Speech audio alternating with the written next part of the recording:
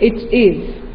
Which of the following statements about Millikan's oil drop experiment is true? Now I'll tell you just. I'll draw this so that you're getting it. What he did was, there were two plates, that is the positive and the negative charged plates. This is the above one is the positive and the below one is the negative charged plate. Now there was a slit in the positive charged plate and he sprayed some oil particles, right? Now the air present between the plates was exposed to X-rays.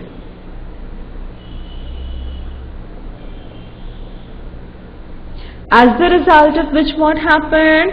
The air got ionized.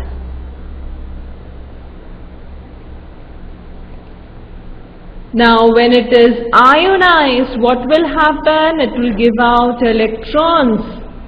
Now those electrons are captured by these oil droplets. So as the result of which the oil droplets became what charge? They got what charge on them? They got negative charge on them.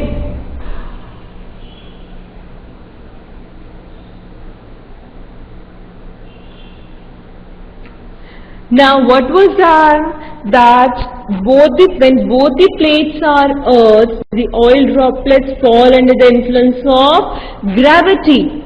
So what was done? That the electric strength on the plate was balanced. Balanced with what?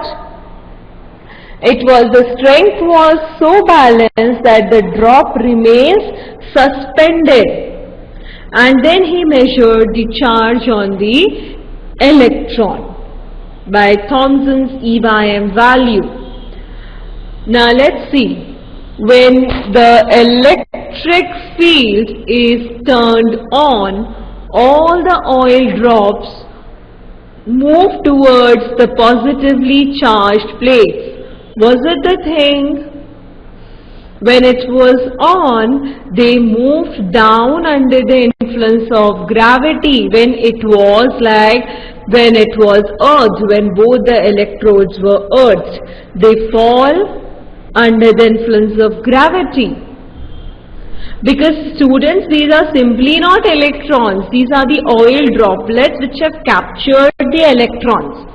So due to their weight, they are falling under the influence of gravity. The charge on each oil drop is the electronic charge. It is carrying the charge due to the electrons. In the absence of electric field, the speed with which the drop falls depends only upon the acceleration due to gravity or acceleration of gravity. Now if there is no electric field, these drops will fall down. That will depend on the weight of the drops. Now there is some oil drops become positive charged and some become negatively charged after colliding with gaseous ions. Now they are colliding with gaseous ions. So they are colliding with the electrons which are given by the air molecules as well as the protons or the positive ions which are formed. So these are actually becoming charged, right? So what will be your right option? It would be this. The charge on each oil drop is the electronic charge. Are you sure of that it is an electronic charge? It may be due to the electrons or the positive charge particles which are generated after the ionization of air. And the third option, in the absence of the electric field, the speed with which the drop falls depends only upon acceleration of gravity. Only, you can't say only, there are lots of more factors associated here. So what is the correct option? D.